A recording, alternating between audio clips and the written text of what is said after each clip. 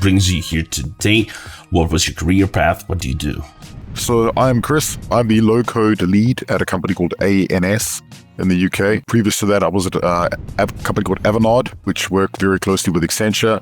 And then previous to that, Microsoft. My kind of core role is to focus on Power Platform or low code, and then some of the wider digital areas, things like Azure, M365.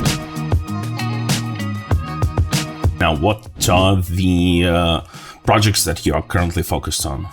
I do ecosystem enablement. So one of the things that a lot of people don't really know about anything digital, as a matter of fact, including Power Platform, is that it's not just about making apps.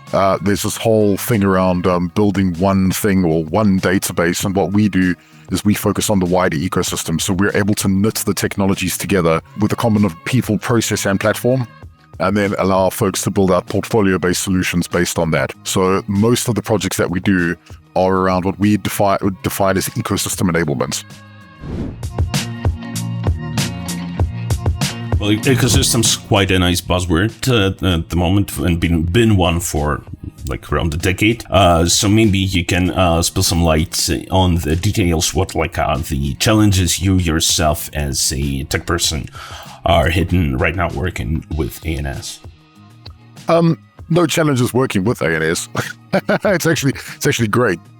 Challenges working in the market in general are around perspective and perception around what it is technology actually is. People are still fixated, as I said, on making one thing and solving one business problem. And that's not what it's about. Like, we've moved past that era. We need to have 1 million developers making one app, or 1 million developers making one thing. We've moved into an era of we're enabling businesses to build their own things, right? We still need developers massively, but it's the biggest hassle and the biggest kind of barrier I see is around the way in which people talk about this. And we've moved into an area of redigitizing the way in which people think, man, this has far surpassed just solving one business problem. So yeah, that's one of the barriers to entry we see. So we have to do a lot of education. We have to explain to folks that, hey, move past the thought of just a single solution. Think about a much wider digital ecosystem that you can build in. So yeah, we have to do a lot of education up front. Some folks kind of just get it straight off the bat, which is cool, but others not so much. So it takes a while to get people kind of in that frame of mind. But when you do, it's amazing because you get to see some really transformational stuff go down. Yeah, well, I see basically distributed computing and distributed services and the heavy reliance on the cloud. It does sometimes bring businesses towards a narrower mindset about cutting down on the complexity of interactions between separate modules or separate services or software. How would you suggest people look at building ecosystems of parts talking together and to alleviate the worries about the rising complexity and about the ease of use of such systems? So I think first thing, point number one is don't just think about technology. Like, technology is actually the easiest part in this whole thing. It's important to think about what I would refer to kind of as the people part of it. A lot of these programs of work fail because of lack of ownership or movement of people. It's got nothing to do with the technology. In fact, the technology is incredible and you can bend tech to do what you need it to an extent. So I think the biggest problem is that it's getting buy-in from people and getting people to understand what actually needs to be done. And a lot of the time, these programs of work don't necessarily require hugely technical people. I mean, you can put in tools like Microsoft Office, install it literally, and it works. You don't have to do a huge amount of work to make that work, as a button-click solution, right?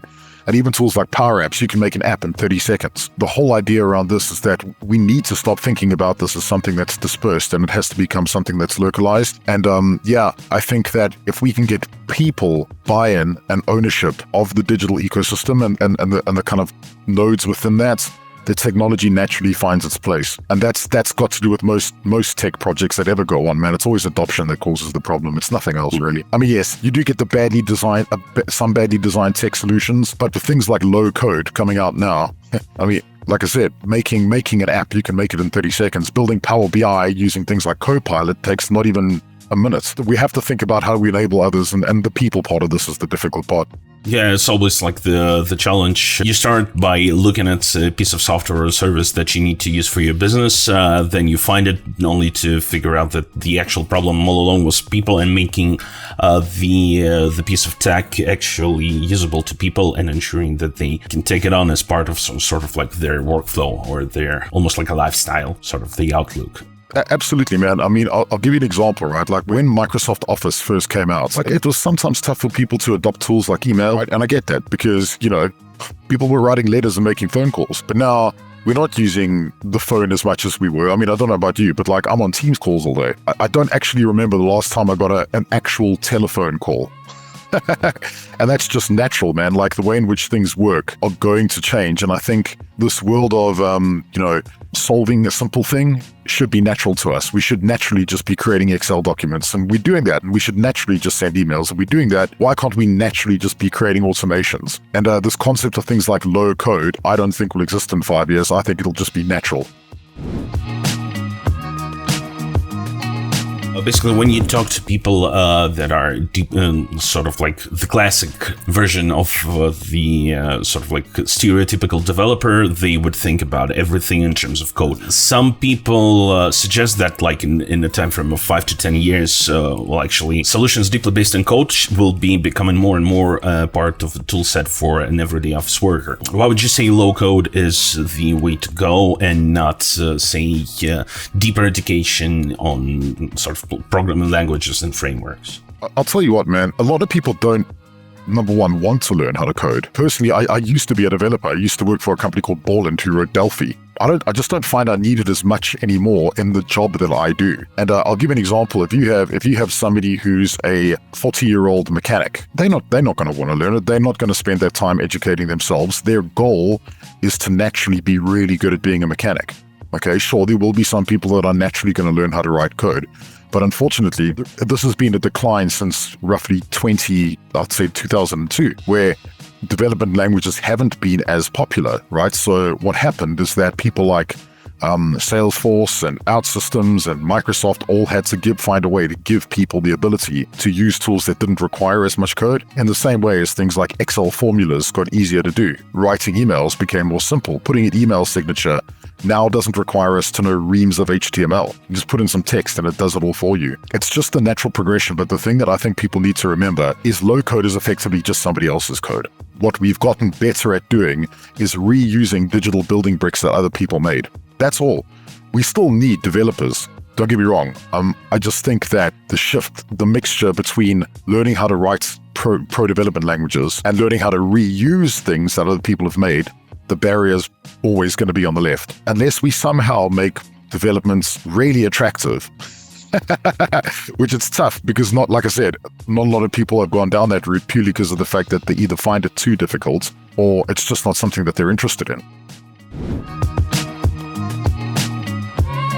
Would you care to fascinate me, for example, with the sort of an example from your experience working with people, getting people to embrace low-code solutions and in terms of digital ecosystems? What would be an example of somebody basically discovering a much more efficient and comfortable way to work with some sort of task using low-code solutions? If you go to the Power Platform Communities page, you're going to find hundreds of stories, and I'll use one of my favorite ones, right? A guy called Summit. He used to be a bagpacker at Heathrow Airport, and he really understood the need for what they called like a checking solution, right? So they had a big book that they used to go and say, hey, no bottles of this, no that, no this, no that on the airplanes, and it was really impossible to manage. So he built an application using Power Platform to help him manage that. And his boss discovered it and said, this is brilliant, we should give this to everyone. It was a really great solution. Another guy called Keith Watling used to be a bus driver at Arriva Buses in the UK. He now works at a top digital transformation partner, just building low-code solutions. But then you've got the other end where you have a lady called Manuela Pickler, who was a pro developer working for Virgin Atlantic and actually moved to Microsoft to build out their low-code capacity. So the stories are everywhere. Absolutely everywhere. It's people finding solutions to things they couldn't previously do in tools like PowerPoint and Excel. So they found a middle ground between writing code and the office solutions that Microsoft provide.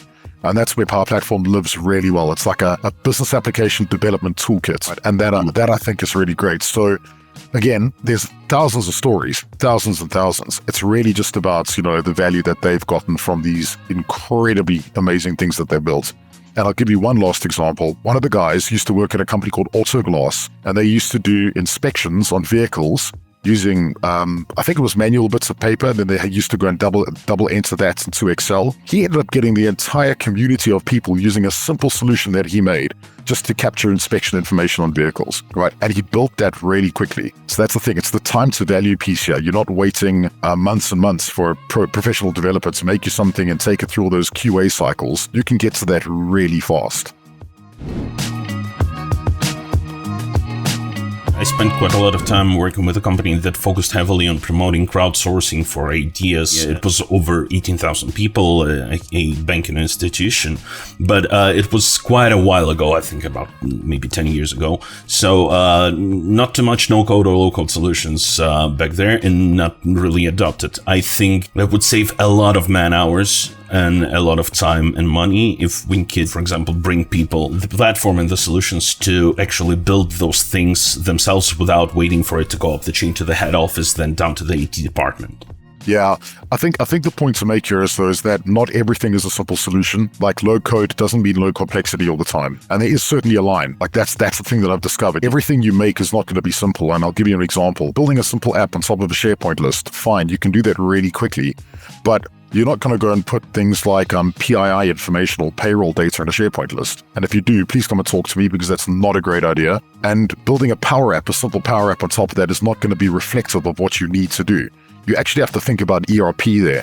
And you have to think about, hey, I need a more robust solution for that. Yes, you can build a lot of really complicated things in low code, but there is certainly a line where you do need pro developers to be involved. And we call it's the 80-20 rule. 80% of the things that you need to make are going to be relatively what I would call mid to simple, right? Or simple to middle, where you can solve the problem really quickly. But when you get to those really tough things, that's where you have to start thinking about like the wider Microsoft stack, and that, or you always have to think about it, but using the more complicated tools in the stack. Where does this line happen with Power Platform? How does basically taking a thing from something built entirely in low code for a for a specific task or challenge, how does it get transferred to the people who actually know what they're doing in terms of code? Yeah, it's a great question. And Microsoft came up with this term called fusion teams. I don't know if you've ever heard it before, but what they do is they take, when you build out your low-code ecosystem, you have to start including people from all over the business anyway. And effectively, if you think about like, Microsoft call them citizen developers. I just call everyone a maker because I think it's easier. But if you look at Microsoft's concepts of citizen developers, where that's not Microsoft, it's low code in general, but they are folks that are not necessarily part of IT, but have like minimalist experience in using technologies. They'll be using Excel and PowerPoint and Word. Okay. And you're certainly not going to pass that up to a professional developer at any point. You wouldn't give an Excel document to a pro dev every single time you wanted to make a formula. You got to think about it like that. Then you got your middle tier, which is effectively what they define. And there's a chap called Carsten Groth. He's in Germany. Good idea to follow him. But he uses Gartner's term business technologist. And a business technologist is like a more mature citizen developer, somebody who is far more advanced, but still not part of IT. So what typically happens is that those are the people that end up with the complex projects that they pass up to pro devs. They've got enough information to translate the business requirements into the actual professional developer requirements. And that's in a regular business, right? If you go to the Microsoft Partner Network, they're called different things. But yeah, typically your rule of thumb is going to be citizen dev. They're going to just do whatever they do, not crazy stuff. Business technologists, they'll be doing a bit more crazy stuff, like some far more complicated solutions. But when they reach their limits, they pass to pro dev. And normally these people work relatively close together inside that digital ecosystem.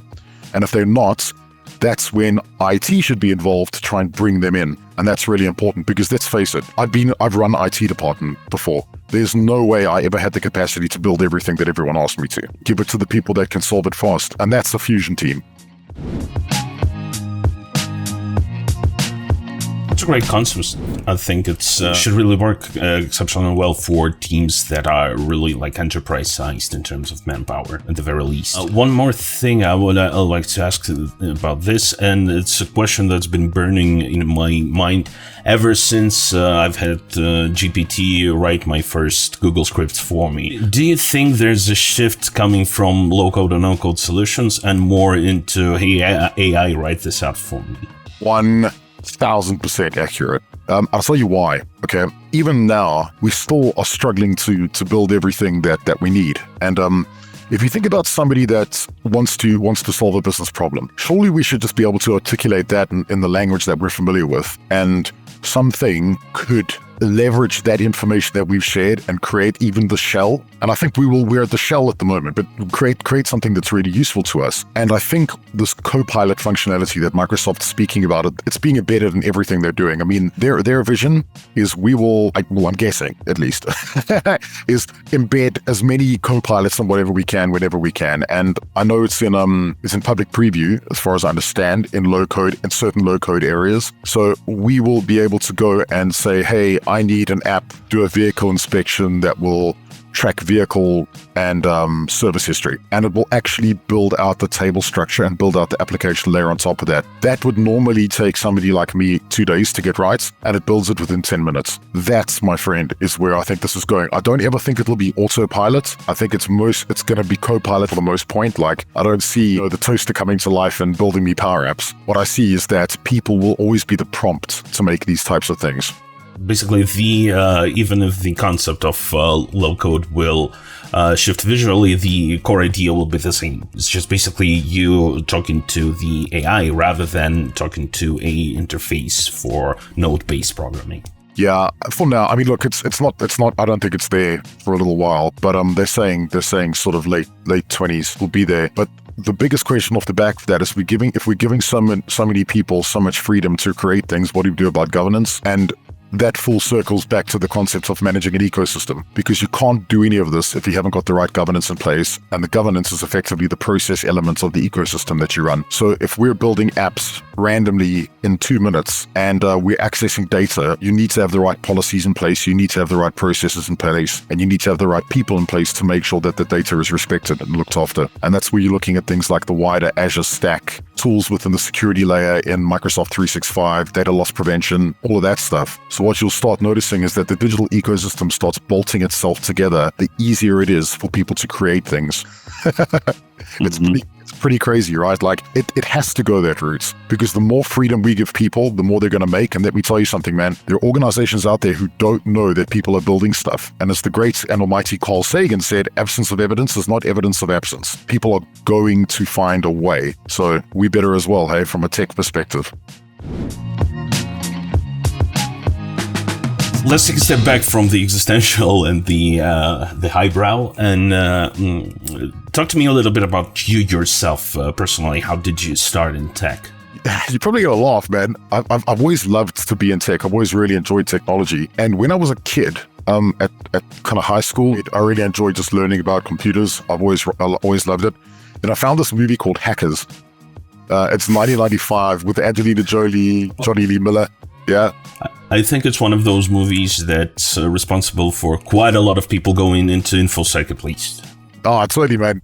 I was saying to somebody the other day, I even had the different color glasses, even though they served no purpose. I learned a bit of QBasic from there. Ended up doing a lot of Delphi at school, so I wrote some really crazy stuff in high school. I don't have a university qualification, only a high school diploma. Went to school straight after that. But I've always been in tech, man. Even the company that I started out with, I was packing their shelves. I was basically like 18 years old as an inventory manager, but I was still building solutions, and I wrote them a timesheet solution. And I still have it. I still have the actual stiffy disks with the stuff on it and printed out versions of the code, right? Yeah. And ever since then, man, I've just been network admin, got into tech, then got into the Microsoft space in about 2008. And yeah, I just never left. I've really loved being in the Microsoft network and like learning about all the different digital offerings that they've got. I think it's such a cool place to work. And yeah, my goal is to kind of bring as many folks as I can into it, because I think it's really good fun and it's helped me, you know. Speaking of bringing more people in, you've worked with both startups and in a corporate environment. What would you say, like just from your personal experience, the key differences in approach for a person in those environments? This is such a loaded question, man. I think I really like startups. I know it's a lot, and at the moment for me, it's quite. I mean, I'm not in a startup at the moment, by the way. we're about 1,000 people, yeah. But we've created a new version of the team that we had envisioned, because like this ecosystem stuff is it's really cutting edge as far as like bringing people on board goes, because we even created a new role called ecosystem architects, because it's like the guy from the Matrix building these amazing worlds. I think in corporate it's harder to do that. The reason I say that is because you often have a lot more process. I did like working in corporate, by the way. The only thing is I'm covered in tattoos and, full of nonsense, so I may not have appreciated as much, but I really did like working in corporate. The companies I've worked for in corporate have been phenomenal. Really, I've really liked it. They've been great at accepting me. But the pivoting part, like being dynamic and moving really quickly, I'd like the startup version of that. I understand that probably people who would be interested enough to watch this conversation we're having right now are probably way down the pathway towards their goals in life in terms of tech.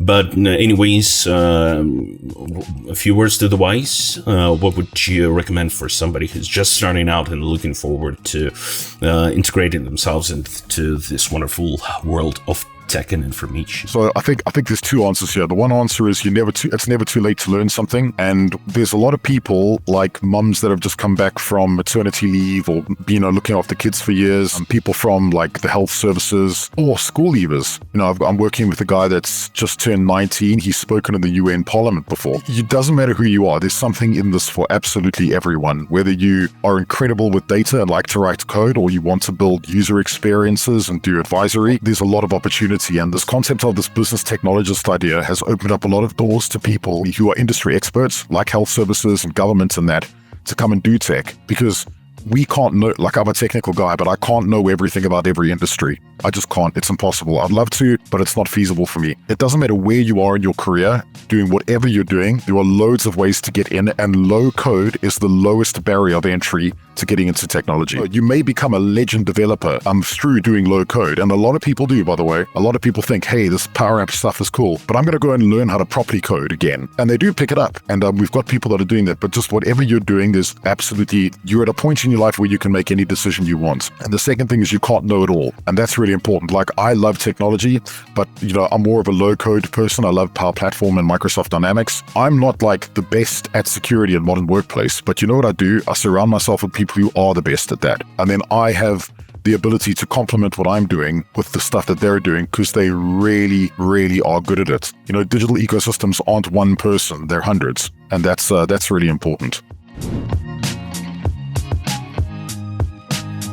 Chris, you speak as somebody who is quite comfortable at impressioning others. Do you coach or teach at all?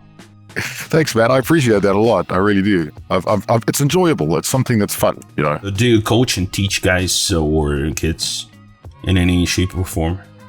Yeah, I do. I've got a few mentees at the moment. I'm studying, you're going to laugh, I'm studying planetary sciences in my part-time, so I'm actually going to get a university degree, but not in tech. But what I figured is that I can use what I know in tech to do this, and I do. I actually submit my assessments with things like Power BI and that. But yeah, I do coach a fair few people, and if people are interested in just chatting, but yeah, probably I'll always be up for a conversation. It was really cool of you guys to reach out anyway. So yeah, I'm always up for it anytime.